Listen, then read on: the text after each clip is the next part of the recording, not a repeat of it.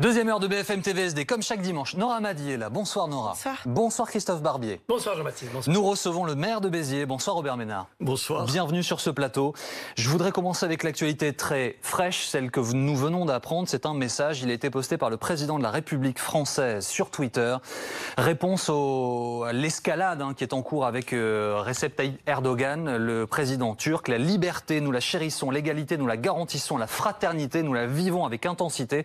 Rien ne nous fera reculer jamais. Notre histoire est celle de la lutte contre les tyrannies, les fanatismes. C'est un message d'Emmanuel Macron. On va rappeler rapidement que M. Erdogan a douté de la santé mentale d'Emmanuel Macron parce que, au cours de l'hommage à Samuel Paty, il a assuré que les Français continueraient de publier des caricatures. On est tous derrière le président de la République, il incarne ce pays. Aujourd'hui, on est avec lui, on le défend. On a vu aussi les menaces de boycott d'un certain nombre de pays du monde arabe. Il n'y a pas de discussion possible. Moi, je peux être critique sur Emmanuel Macron à un moment donné sur certaines choses, pas là. Là, c'est lui qui a raison, il incarne une parole forte, il dit des choses qu'il fallait dire, bravo, et on est derrière lui. Ça se discute même pas dans mon esprit. On est au-delà de la menace de boycott, c'est le cas dans certains pays, c'est le cas au Qatar, c'est le cas au Koweït, c'est le cas dans certains autres pays. Les produits français ont disparu des rayons de certains supermarchés. Qu'est-ce que vous voulez que je vous dise? Qu'est-ce que vous voulez que je vous dise? Ça veut dire quoi? Ça veut dire qu'il y a un certain nombre de pays qui choisissent l'islamisme politique, qui choisissent l'islamisme radical, qui choisissent d'une certaine façon ou qui trouvent des excuses au terrorisme islamiste. Sinon, rien ne justifie de faire des choses pareilles. Jamais le chef de l'État n'a mis dans le même panier les musulmans et les islamistes. Personne à peu près normalement constituée dirait l'islam égale terrorisme. C'est pas vrai, c'est faux, c'est un mensonge et c'est honteux de le dire. Donc, ce qu'il a dit, il a raison et ces pays-là, ils se mettent du côté, pardon, le mot est un peu dur, du mal. Parce que oui, l'islamisme politique, le terrorisme islamiste, c'est le mal. Comment on fait par rapport à ces pays, Robert Ménard? Mais on fait ce qu'il a dit, le chef de l'État. Ça, c'est un message, mais est-ce qu'il faut diplomatiquement aller plus loin? Là, la France a rappelé son ambassadeur turc. C'est assez rare. Peut-être qu'il faut le faire avec tous les pays qui ont fait ces choix-là. Je veux dire, il faut être ferme. En plus, vous savez, j'ai été plus de 20 ans le patron de Reporters sans frontières. Et vous savez ce que j'avais remarqué? J'avais remarqué la voix de la France par rapport à d'autres pays aussi importants économiquement. Sur ce terrain-là, elle est attendue plus que les autres pays. Et je le dis pas, je suis pas chef de l'État, donc je fais pas flatter ce genre d'ego national. Mais il y a une voix française spécifique et on attend de la France dans le monde un certain nombre de paroles fortes et d'attitudes fortes. Quand le chef d'État dit ça, j'applaudis et je suis derrière lui. Est-ce à dire, Robert Ménard, qu'il faut, par exemple, revenir sur l'accord qu'il y avait eu entre l'Union européenne et la Turquie, qui avait conduit, en fait, le président Erdogan à retenir une partie de la vague migratoire des exilés, notamment après 2015, enfin, à l'automne 2015. Je vous rappelle que, moyennant plusieurs milliards d'euros, donc de l'Union européenne, il retient, entre guillemets, des exilés sur son territoire. Idem, est-ce que la France, du coup, à l'aune de ce que vous venez de nous dire, elle doit arrêter, en fait, de commercer, notamment, et d'échanger avec l'Arabie Saoudite, avec le Qatar? Est-ce à dire en fait qu'il y a une forme d'hypocrisie française, d'hypocrisie européenne sur cette question? Sur la première partie de votre question, on s'est soumis au chantage du président turc. On est dans une nasse. Enfin, il nous rend bien service dans cette idée. Oui, mais c'est du chantage. C'est du chantage. Qu'est-ce qui fait d'autre que du chantage? Et quand on est dans cette position-là, on est affaibli. Puis il faut rappeler quand même que c'est une puissance de l'OTAN. C'est-à-dire qu'on se retrouve dans la même alliance militaire que lui. Comment on répond à ce genre de chantage et tout? Peut-être en ayant, nous, une attitude plus ferme qui dissuade un certain nombre de gens de choisir la France comme destination. Pas parce qu'ils sont menacés, mais parce que économiquement, c'est difficile pour eux dans leur pays.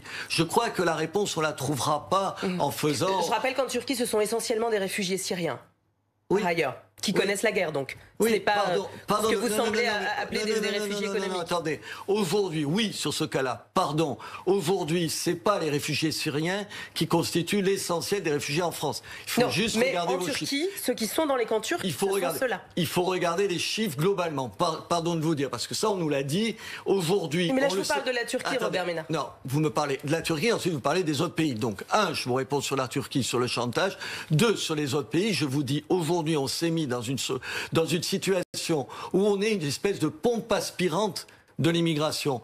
Moi, écoutez, j'ai passé ma vie à défendre des gens dans le monde entier. Je comprends que quand on est dans des pays pauvres, on ait envie de venir dans un pays comme la France.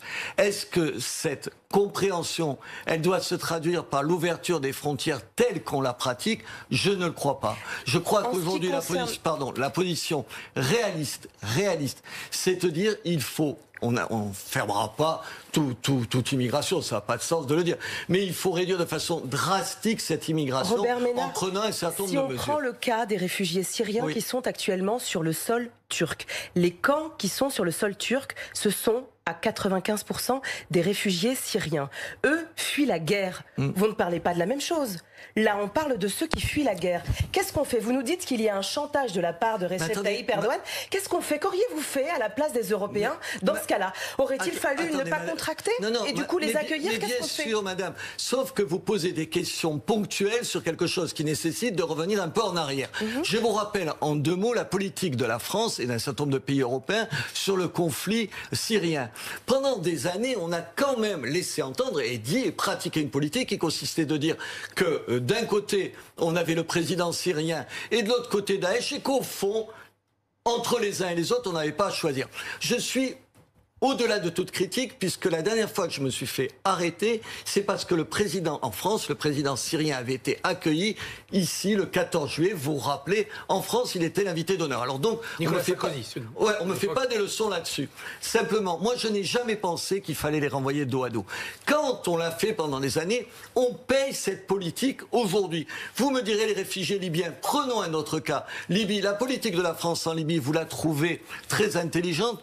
Vous pensez qu'en déstabilisant un pays comme ça, et en l'ouvrant aux islamistes, on le voit aujourd'hui, depuis des années maintenant, on a mené une politique responsable? Je ne le crois pas. Alors on paye les pots cassés d'une politique internationale qui est menée en dépit du bon sens. Vous avez travaillé à Doha pendant un temps, parce que vous croyiez que ces pays-là pouvaient se rapprocher de nous, ou parce qu'il y avait d'autres raisons? Est-ce que vous avez découvert un double langage de ces pays qui investissent en France, qui sont tout sourire et qui en fait par-dessous travailleraient pour les islamistes? Mais oui, il y a 8 ans, quand j'étais le patron de Reporters sans frontières, quand on a commencé à travailler à Doha, on pensait sérieusement, avec le pouvoir au Qatar, qu'on pourrait faire avancer les choses. Ça a duré peu, puisque moi, au bout de 8 mois, ils nous ont tous foutus dehors, parce qu'on a commencé, comme on le faisait toujours à Reporters sans frontières, par critiquer le pays qui nous accueillait. Après, il y a eu le centre d'information. Non, c'est de ce centre d'information dont vous parlez. Après, il n'y a plus rien eu du tout, puisqu'il y a un centre, mais dirigé par d'autres personnes. Nous, on a essayé à un moment donné, moi j'essaie chaque fois qu'un pouvoir, fût-il dictatorial, nous proposait de venir et de jouer le jeu. Mais moi, mon boulot, c'était de faire ça. C'était juste, je vous rappelle, de sortir des gens de prison et de faire en sorte que la liberté de la presse soit à peu près bien respectée. Moi, j'essaye chaque fois. On essaye et quand on s'aperçoit qu'on est trompé, on s'en va et on s'en va tout de suite. Pour boucler la boucle au sujet de Erdogan, on sait qu'il y a également un conflit avec la Grèce. Là-bas, ce sont des gisements d'hydrocarbures en Méditerranée. L'Europe a apporté son soutien à la Grèce. La France a vendu des rafales à la Grèce. Quelle doit être, selon vous, aujourd'hui, la voie française et ou européenne à l'encontre de Tayyip Erdogan? Sur ce conflit-là, je trouve que là encore, la voie française, elle est celle qu'il fallait tenir. On choisit la Grèce contre la Turquie et on a raison de le faire. Maintenant, évidemment, M. Erdogan, ça lui fait pas plaisir, mais c'est ce qu'il fallait faire. Là encore, on a choisi sur ces terrains-là. Moi, encore une fois, je suis prêt à critiquer le chef de l'État et les gens qui n'ont pas mes opinions politiques sans problème. Je ne suis pas prêt à les critiquer systématiquement, surtout. Ou ces phrases putassières, pardon l'expression, qui consistent à dire de quelqu'un, oui, c'est pas mal, mais, vous savez, le mais qui fait que quand même on n'arrive jamais à dire simplement bravo. Moi, ce que vient de dire M. Macron là, bravo, point final, et j'ajoute rien. Ensuite, j'aurai l'occasion de le critiquer si vous me posez d'autres questions. Alors, tout ce dont nous parlons, en fait, est parti, alors c'est pas parti de là, mais nous a été rappelé par l'assassinat évidemment abominable d'un enseignant il y a 9 jours. Il y a un hommage qui lui a été rendu dans son village natal, dans sa ville natale à Moulins, hier. Il y avait beaucoup d'émotions. Votre émotion reste intacte 9 jours après, Robert Ménard? Bien sûr, on reste intact. Comme tout le monde, je crois qu'on partage ça en commun. Bien sûr que j'ai été bouleversé à la Sorbonne de voir le cercueil arriver. Qui ne l'a pas été? Et j'ai trouvé que les mots du chef de l'État étaient les bons mots. Souvent, des fois, je le trouve théâtral, vous savez, pardon de dire ça devant vous. Mais là, je ne l'ai pas trouvé théâtral. Je trouvais qu'il sonnait juste comme s'il avait été je pense, il a été touché dans ce qui fait qu'on est français, qu'on aime l'école et qu'on aime la République et la France. Tout ça, oui, absolument. Maintenant, il faut que cette émotion-là, elle se transforme dans les faits. Alors pourquoi je vous interromps un instant, pourquoi je vous pose cette question? Parce que vous avez bien vu que l'union politique qui prévaut en général dans ce type de situation tragique n'a pas existé. Et que dès après l'acte tel qu'il est arrivé, il y a eu des critiques dans tous les sens, il y a eu des critiques très virulentes de l'opposition politique. Mais parce que il y a un certain nombre de choses qui sont plus entendables. Moi, honnêtement, je le dis là, et j'étais dans la rue à Paris, place de la République, après les attentats contre Charlie, évidemment. Mais on ne peut plus continuer à dire la même chose, on ne peut plus continuer à se trouver les mêmes excuses, on ne peut plus continuer à mettre des bougies, des ours et des fleurs, c'est juste plus possible. Aujourd'hui, vous l'avez vu, vous avez raison de le souligner, mais pourquoi la classe politique est comme ça? Parce que le peuple français est comme ça.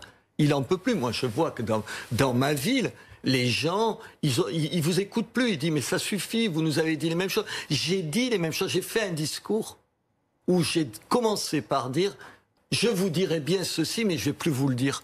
Vous savez, ça suffit, on ne le tolérera plus, c'est inacceptable. Parce que ça sert à rien. Aujourd'hui, il y a des mesures pas faciles à prendre. Pas facile parce que c'est difficile de les prendre du point de vue du droit. Pas facile parce que ça demande du courage. Pas facile parce que ça dit de mettre les vrais mots sur les vraies choses. C'est douloureux pour tout un tas de gens. On ne peut pas être complètement consensuel là-dessus. Il y a des vraies divergences. Et la politique, c'est pas cacher les divergences. Moi, ça me choque pas qu'il y ait de vraies divergences. Il faut les dire et trouver des solutions pour les Français. Est-ce qu'être un miroir à l'expression d'une forme de colère ou de ras-le-bol, un miroir immédiat, c'est le rôle de responsable politique? Est-ce que ça n'est pas aussi le rôle de responsable politique de dire nous aurons cette conversation, nous avancerons nos arguments, quitte à ce que ce soit des arguments compliqués à entendre comme vous venez de le dire, mais on ne va pas le faire tout de suite, parce que là tout de suite c'est un temps d'union, par respect pour la famille, par respect pour les enseignants, par respect pour l'éducation, et ne pas aller tout de suite dans la polémique. Mais parce que on nous l'a dit, ce que vous me dites là, cette question, on me l'a posée après chaque attentat. Oui, mais ça ne veut pas dire qu'elle n'est pas valable. Non, mais ça veut dire que peut-être, c'est plus audible. Et moi, quand je suis dans ma rue chez moi, devant, quand je suis dans les quartiers, des quartiers difficiles, parce qu'on est une ville difficile, une ville pauvre, où il y a 2 quartiers de la politique de la ville, ça veut dire les quartiers les plus pauvres de France, les 200 plus pauvres de France, plus personne ne veut que je dise ça. Ils attendent en me disant, monsieur le maire, qu'est-ce qu'on va faire? Qu'est-ce qu'on va faire pour que ce soit supportable? Qu'est-ce qu'on va faire pour que, une fois encore, l'islamisme pourrisse pas définitivement nos rapports avec les musulmans? C'est sur ça qu'il faut se battre. Alors justement, Robert Ménard, il s'avère que dans votre discours justement d'hommage à Samuel Paty, il a été pointé qu'il y a un mot que vous n'avez pas prononcé, c'est celui de laïcité. Êtes-vous laïque, Robert Ménard? Mais bien sûr, mais là aussi, j'en peux plus de la laïcité. Pourquoi vous n'en pouvez plus? Parce que c'est un truc de faux cul. Parce que la laïcité, ça a servi pendant des années à ne pas parler de l'islamisme. De la même façon que le séparatisme, ça permet de ne pas parler de l'islamisme. Figurez-vous que je suis laïque, évidemment, autant que vous, sauf que je ne veux plus qu'on emploie des mots qui permettent de ne pas pointer du doigt la question. Aujourd'hui, la question, elle n'est pas avec les bouddhistes terroristes, elle n'est pas avec les taoïstes terroristes, elle n'est pas avec les juifs terroristes, avec les islamistes terroristes. Alors on arrête de parler de choses qui cachent. Quand on est premier magistrat d'une ville, que d'avoir été condamné plusieurs fois pour avoir mis des crèches chaque année dans votre mairie, pour avoir encore l'année dernière porté vous-même en fait un discours pour l'ouverture de la feria, une messe. Est-ce que vous avez une vision quelque peu à géométrie variable de cette laïcité que vous appelez de vos voeux? Pas du tout, madame, pas du tout. Vous êtes dans un pays, nous sommes dans un pays, nous appartenons à un pays de tradition judéo-chrétienne. Et oui, ne vous en déplaise, la tradition chrétienne de ce pays me touche au cœur. Et je la défends. Donc, je la défends. Judéo-chrétienne, une identité judéo-chrétienne, mais on ne veut pas de musulmans. Non. C'est ça. Mais comment est-ce que je viens de vous dire le contraire? À ce degré de non, à ce degré de question de mauvaise foi, je vous réponds plus. Attendez, qu'est-ce que je vous ai dit? Je vous ai dit que mon seul souci, c'est d'intégrer les musulmans qui ne sont pas intégrés. Pardon, puisque vous êtes sur la polémique, je vais en faire. Qu'aujourd'hui, madame, qui défendait une belle âme que vous avez là, qu'aujourd'hui, 74% des jeunes musulmans de moins de 25 ans, 74% des jeunes français musulmans de moins de 25 ans, préfèrent mettre avant la religion que les lois de la République. Figurez-vous que moi, comme maire, ça m'angoisse. Parce que je me dis, qu'est-ce qu'on a raté? Qu'est-ce qu'on a fait qu'à ce point ça marche pas? Je suis pied noir. Je suis arrivé en 62 dans un quartier qui était un quartier qui avait été construit pour les pieds noirs. Il y a eu 8000 pieds noirs à Béziers, où il y avait des pieds noirs, des métropolitains, des gens d'ici, et beaucoup d'Algériens. Madame, à cette époque-là, je n'ai jamais vu une femme voilée. Je n'ai même jamais vu de gens parler arabe dans la rue. Les papas tapaient sur la tête comme ça des gosses en disant « t'es en France et tu vas parler français ». Parce qu'ils avaient envie de devenir français, parce qu'on leur donnait envie de devenir français, parce que peut-être on savait parler de la France avec des accents qui font que vous avez envie de devenir français dans le pays de Victor Hugo ou de je ne sais plus qui, on pourrait choisir. C'est ça que j'essaye de vous dire que ne me renvoyez pas à ça. J'essaie juste de me dire comment on a raté une marche. Qu'est-ce qui s'est passé? Et aujourd'hui, vous savez, les gens chez moi, pour être élu avec 70% des voix, figurez-vous qu'il y a bon nombre de la communauté musulmane qui votent pour moi. Parce que je tiens ce discours-là. Parce que je leur dis, je veux que vous soyez fiers de votre ville, fiers de votre région et fiers de ce pays. Et ils l'entendent, madame. Et ils l'entendent. Et un certain nombre d'entre eux ont juste envie qu'on leur dise pourquoi ils peuvent être fiers de la France. Est-ce que vous croyez donc qu'il est possible, et que vous soutiendrez éventuellement le président, selon le texte qu'il produira, de créer un islam de France, c'est-à-dire d'avoir des imams formés dans des écoles que nous connaissons, avec une parole que nous validons, et qui portent ce discours-là? Est-ce que c'est possible de créer ce clergé, si j'ose dire? Attendez, tout ce qui peut aller dans le sens de la paix sociale, je le fais. Mais en même temps, écoutez, vous avez vu, qu'est-ce que je peux prendre un exemple concret pour ma ville, pour être concret, madame, pas pour faire des théories. Pour être concret. Moi, je suis d'accord, à condition que dans le même temps, dans mes écoles, je parle des écoles, les écoles que gère une ville. Une ville, c'est les petits dont on s'occupe, les primaires et le maternel. On m'aide et on nous aide à enseigner, pas l'arabe, monsieur, le français. Parce que si on a envie que ces gamins, ils soient demain des Français à part entière. Si on a envie de leur donner toutes les chances de réussir, parce que c'est plus difficile pour un petit Mohamed que pour une petite Clara, c'est le prénom de ma fille, de réussir dans la vie. Donc on leur apprend le français.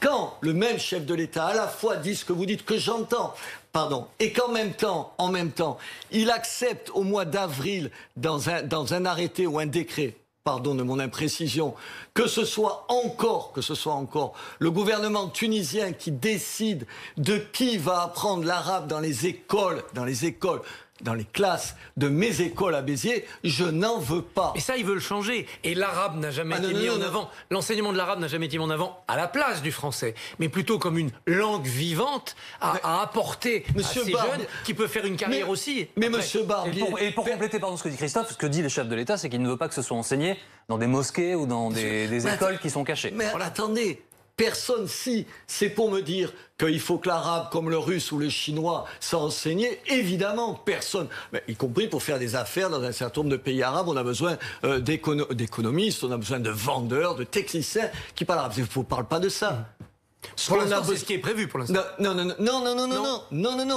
les ELCO, je ne vais pas rentrer dans un débat compliqué, mais bien sûr que non, il n'y a pas que ça. C'est ça que je reproche au gouvernement.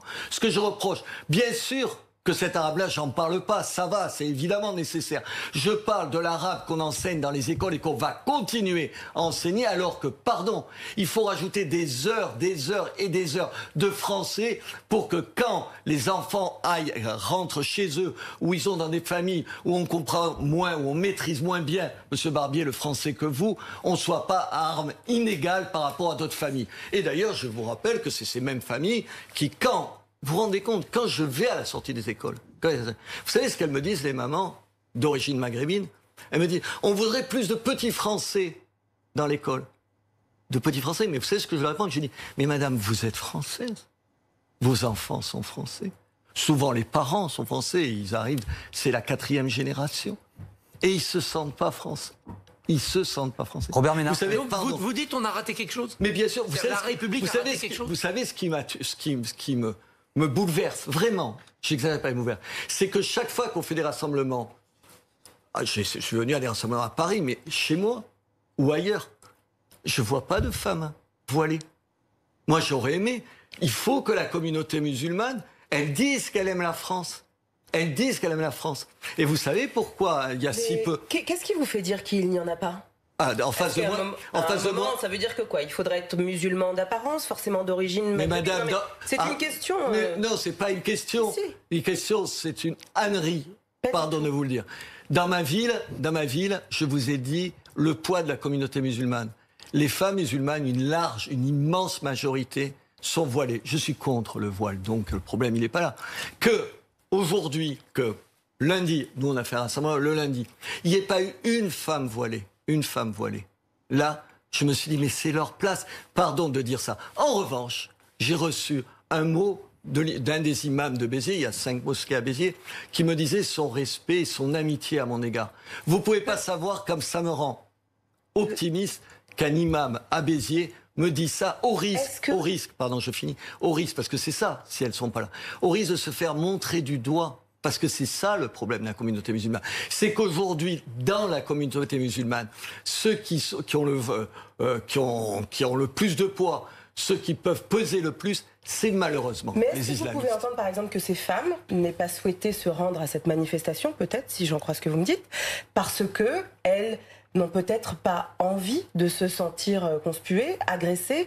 On sait que la semaine dernière, 2 femmes, et il y a eu une inculpation au nom d'un crime raciste, 2 femmes sur le Champ de Mars ont été poignardées. Est-ce que vous entendez aussi qu'elles peuvent avoir peur de ce qu'elles pourraient susciter comme réaction? Écoutez, et moi, avec ce que je dis, je pourrais avoir peur dans un certain nombre d'endroits des menaces des uns et des autres. À un moment donné, on a tous besoin d'être courageux. Tout à l'heure, j'applaudissais le chef de l'État dans la déclaration qu'il a fait. C'est à chacun d'entre nous maintenant. Et la communauté, la communauté musulmane manque de courage. En étant absente d'un certain nombre de manifestations et de mobilisations, oui, absolument.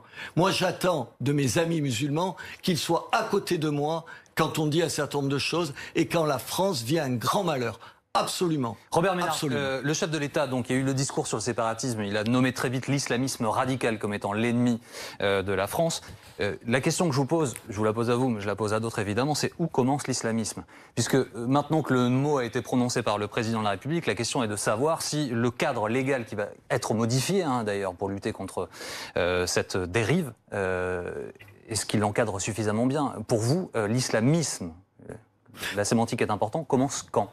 Je pense que le terrorisme islamiste, c'est terrible, mais on peut lui faire la peau. On peut y arriver, si on s'y met tous, et la France est peut-être décidée à le faire.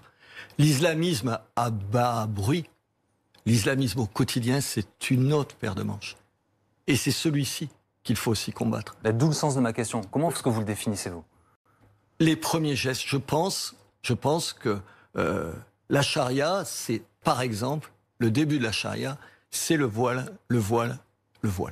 Je suis pour l'interdiction du voile dans l'ensemble de l'espace public. C'est-à-dire que vous ne pensez pas que le voile puisse être simplement un moment d'affirmation d'une identité religieuse, comme d'autres porteraient une croix ou un vêtement pour le bouddhisme, qu'il est forcément, dès qu'on le porte, un prosélytisme? Vous avez raison, il ne l'est pas forcément. Il y a des gens que je rencontre qui viennent me voir à la mairie tous les mercredis et qui le portent en me disant que c'est une façon d'être soumise à Mohamed, que je respecte. Sauf qu'il a une autre signification, Monsieur Barbier. Aujourd'hui, c'est le porte-étendard de l'islamisme. Il faut combattre ça. Et je fais des exceptions, vous avez compris. Je le dis en étant difficile tout à l'heure, mon meilleur ami est mort et figurez-vous qu'il est harki. Donc on faisait, comme à la veille de chaque enterrement, un repas tous ensemble. Et il y avait, parmi ces harkis, musulmans évidemment, il y avait un certain nombre de jeunes femmes qui portaient le voile. Et je les regardais pensant à la question que vous me posez. Et en même temps, ça passe par là. Même s'il y a des exceptions, il y a toujours des exceptions. Il y a toujours des points qui viennent contredire ce que vous dites. Mais aujourd'hui, il faudra le faire. Mais vous savez, on y arrivera. On y arrivera. Quand je dis qu'il y a un dévoiement depuis des années du droit d'asile, attendez, on m'envoyait dans les roses en me disant c'est un discours d'extrémiste et tout. C'est un discours d'extrémiste. Mais vous plaisantez. Il y a 80% des gens qui demandent le droit d'asile qui ne l'ont pas et qu'on n'arrive jamais à mettre dehors. Robert Ménard, je voudrais vous poser une ou deux questions connexes à ce que nous disons, qui sont d'actualité. Il y a 3 jours, vous avez eu des mots très durs à l'encontre d'une partie de la gauche sur une radio qui se trahit, ce sont vos mots. Vous les avez traités de collabos. À la mi-journée, vous avez cité le nom de Jean-Luc Mélenchon, hein. À la mi-journée, je recevais Adrien Quatennens, qui est coordinateur de la France Insoumise. Écoutez ce qu'il répond à ce type, pas la vôtre spécifiquement, mais ce type d'attaque. Que nous reproche-t-on quand on nous attaque et qu'on nous parle d'islamo-gauchisme? On nous reproche d'avoir participé au mois de novembre à une marche qui a été organisée en réaction à un attentat contre une mosquée sur notre sol à Bayonne. Et personne au gouvernement ou parmi tous les tartuffes qui nous donnent des leçons n'a pris la moindre initiative pour riposter en républicain face à ce qu'il convient d'appeler un acte antipatriotique. Alors dans cette marche, vous savez, on a zoomé à fond sur quelques individus qui n'étaient pas représentatifs de cette marche, comme dans toute manifestation d'ailleurs, peut-être le dire quand même. Alors que l'essentiel de cette marche, si vous regardez ce qu'elle a dit, c'est une marche dans laquelle la Marseillaise a été chantée, dans laquelle on a acclamé la laïcité, et que je ne confonds pas avec les quelques personnes qui peut-être, sans doute oui, avaient d'autres objectifs dans cette marche. Et d'ajouter, si je vais à une manifestation où il y a des casseurs, c'est pas pour ça qu'on nous qualifie de casseurs. Oui, et sauf que parmi les gens qui appelaient à cette manifestation, il y avait par exemple le CICF, vous savez, le CCIF, pardon, dont on imagine maintenant qu'on va le dissoudre dans les jours à venir. Ça n'a pas tracassé la France Insoumise, jamais. L'islamophobie, c'est quoi l'islamophobie? C'est un concept inventé par les islamistes pour faire taire toute critique, pas de l'islam, pour faire taire toutes les critiques, de leur islamisme radical. Honnêtement, à ce degré de mensonge, mais en même temps, on est sur tous les tableaux. Ils ont été les défenseurs d'un chaos pour la gauche en expliquant, en proposant, en préférant une vision des courants indigénistes plutôt que des courants universalistes. Maintenant, ils se disent que peut-être c'est pas une bonne idée, ils se rattrapent aux branches. Tout ça est assez minable. Une ou deux autres questions d'actualité, s'il vous plaît. Vous avez sans doute vu le tag sur le siège du Parti communiste français. Jean-Luc Mélenchon, alors il y a marqué collabo, hein, justement. Je fais pas de lien avec la question précédente. Je n'ai pas fait de que c'est tag vous qui êtes allé taguer le siège du PCF. Siège du Parti communiste. Jean-Luc Mélenchon, vous le voyez, qui dit écœurante agression contre le PCF. La meuf a été lâchée. Les appels au lynchage de la gauche par le Rassemblement national et la République en marche finiront mal. Je sais pas, il me semble avoir entendu aussi un certain nombre de gens, je pense à d'anciens premiers ministres comme Manuel Valls, dire à peu près la même chose que moi sur la France Insoumise. Est-ce que vous condamnez ce tag, pour dire les choses simples? Comment? Est-ce que vous condamnez ce tag? Mais bien sûr. Attendez, moi, encore une fois, je me bats pour qu'on puisse débattre sans s'insulter. Ce que fait régulièrement la France Insoumise à mon égard en me traitant de facho comme si ça faisait avancer le débat.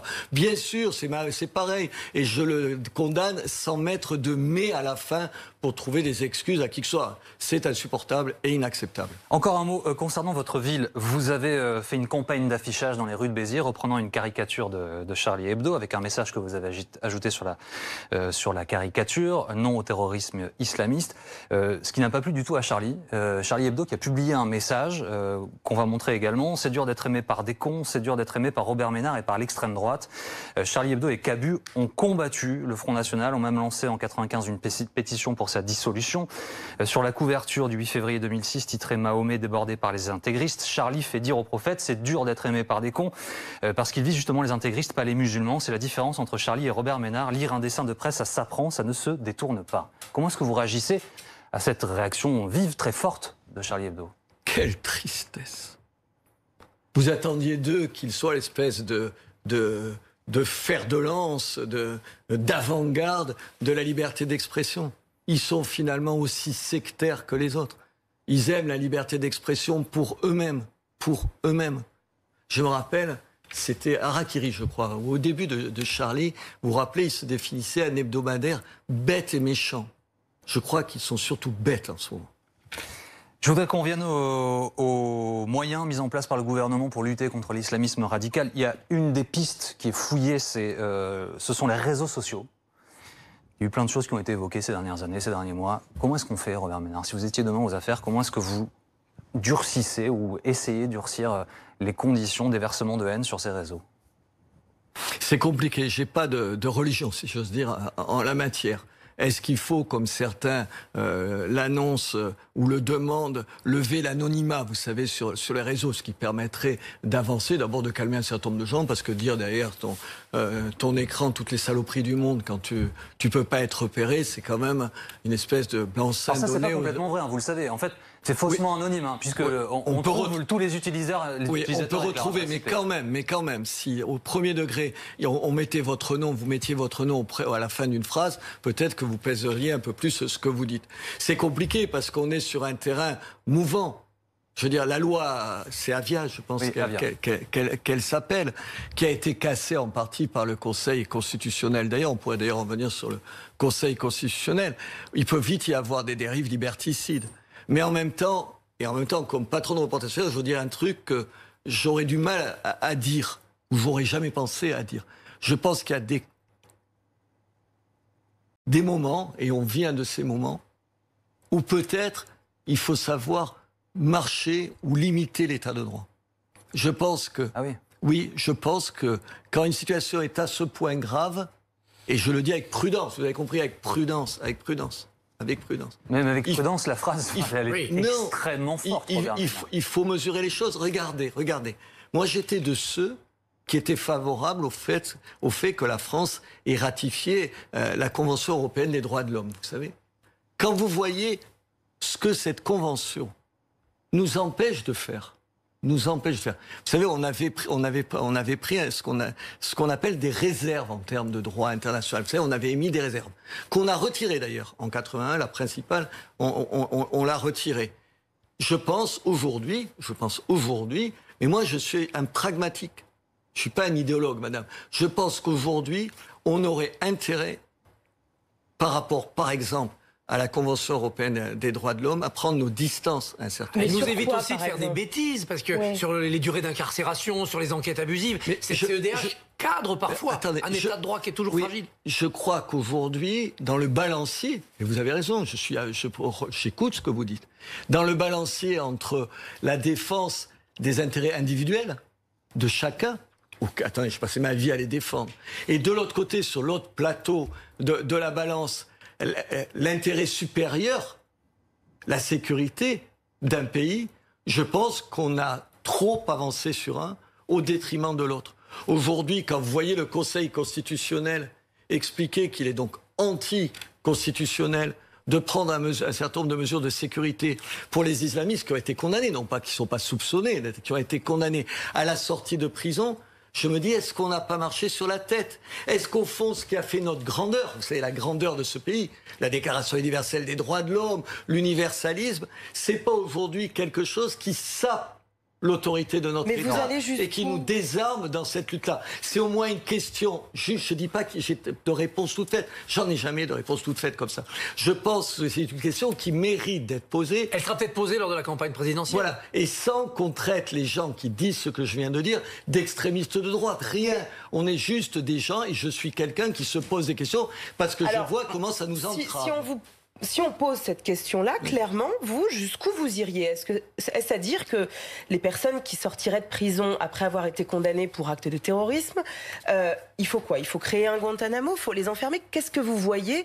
Comment vous metteriez quelque chose en place? Je crois de bon sens qu'il faut les surveiller.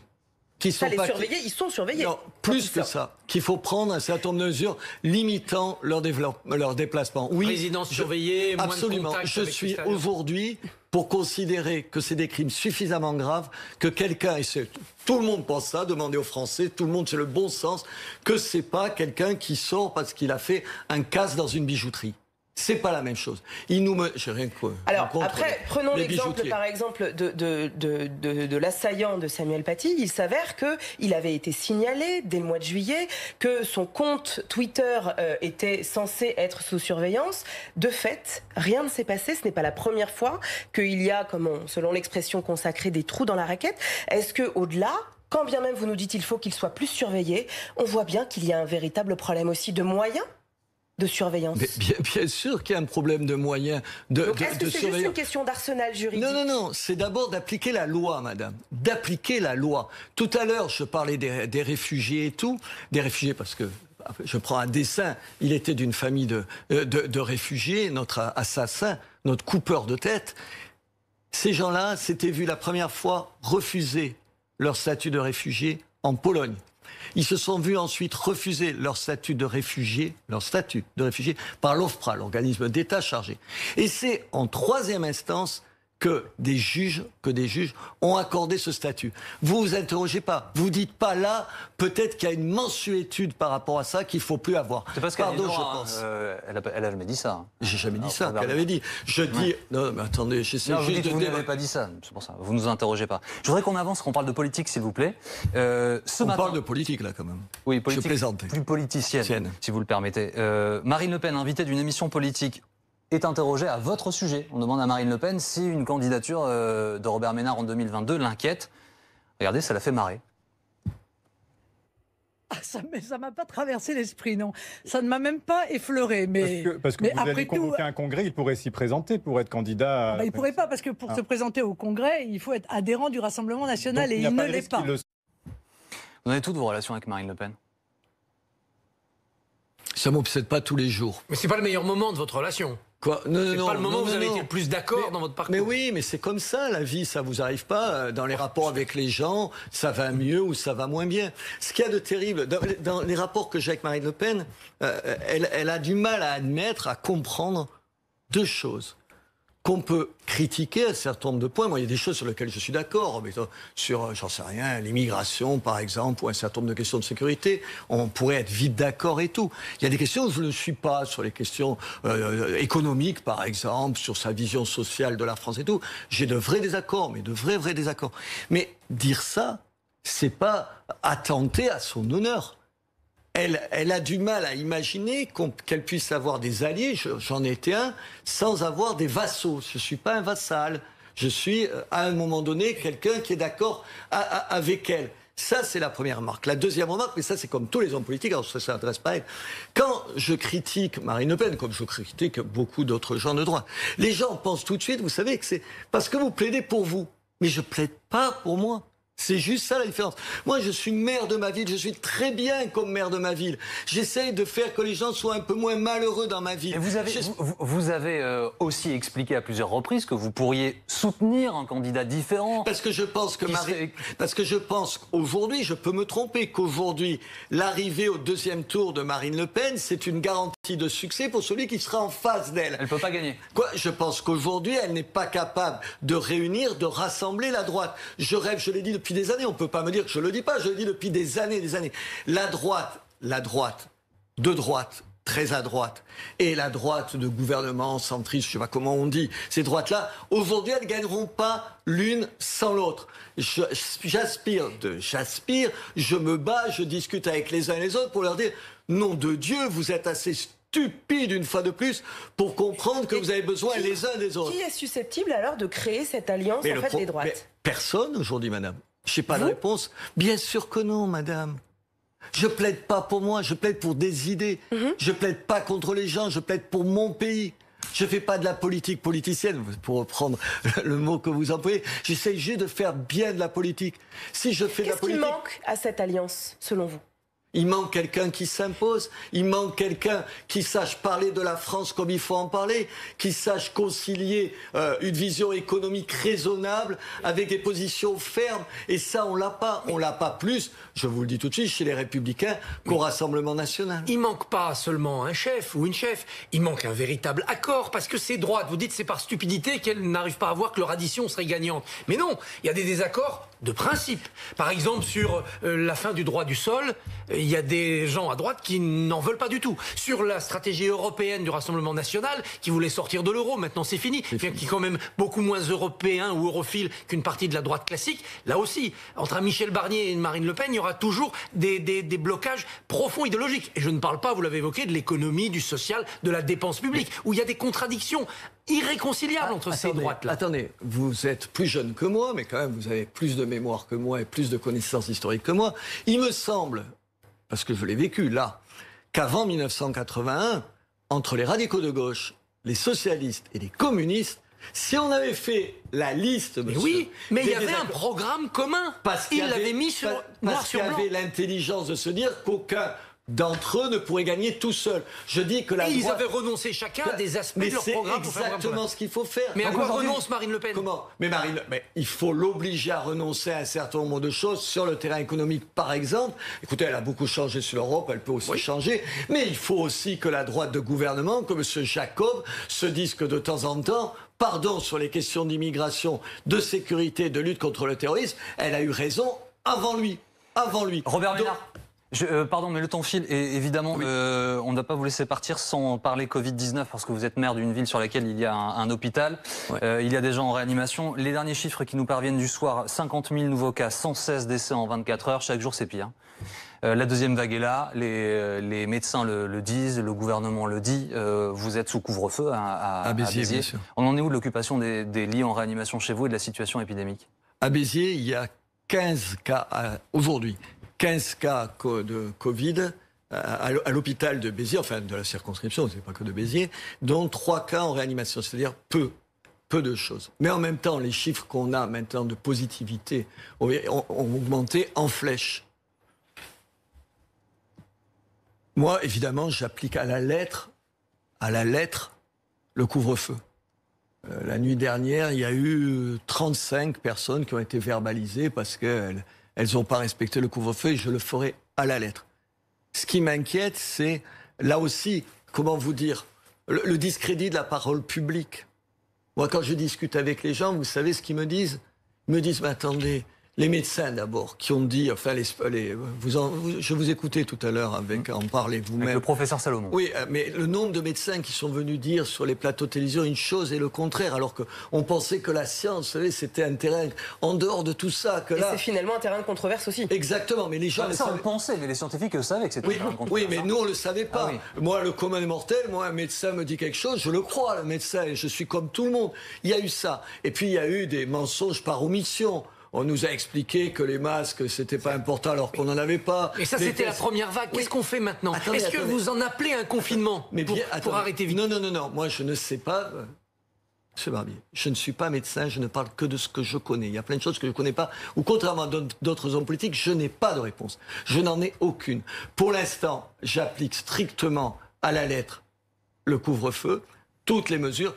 Je suis inquiet parce que j'ai peur que les gens n'écoutent plus ce qu'on leur dise pour les raisons que je viens de vous dire, parce qu'ils ont l'impression qu'on a dit une chose et son contraire, et que ça fragilise les choses. Et ensuite, dernier point, pardon, le provincial que je suis, de préciser, de temps en temps, quand on prend une mesure pour tout un département, honnêtement, entre Montpellier et Alignan-du-Vent, c'est un petit village, je suis le président d'une agglomération aussi. C'est tellement différent que il me semble qu'il aurait fallu s'appuyer beaucoup plus sur les maires, vous voyez, ou les présidents d'agglomération, pour leur demander d'être encore du cousu humain, si vous voulez, plus près des gens. Alors justement, cette petite dentelle, c'était ce que voulait le Premier ministre Castex, créer justement un couple préfet-maire. Est-ce que vous estimez que, eu égard en fait à cette deuxième vague, le gouvernement a pris acte et a véritablement mis cela en place sur le terrain, ou est-ce que... Bien sûr que non. Bien sûr que non. Je continue à apprendre. Vous palliez les carences de l'État, au mieux, quelques heures avant qu'il y ait des décisions qui se prennent. Oui, surtout l'État nous demande de faire tout un tas de choses sans se soucier, par exemple, du coût de ces choses-là pour les finances de ville qui sont des finances fragiles.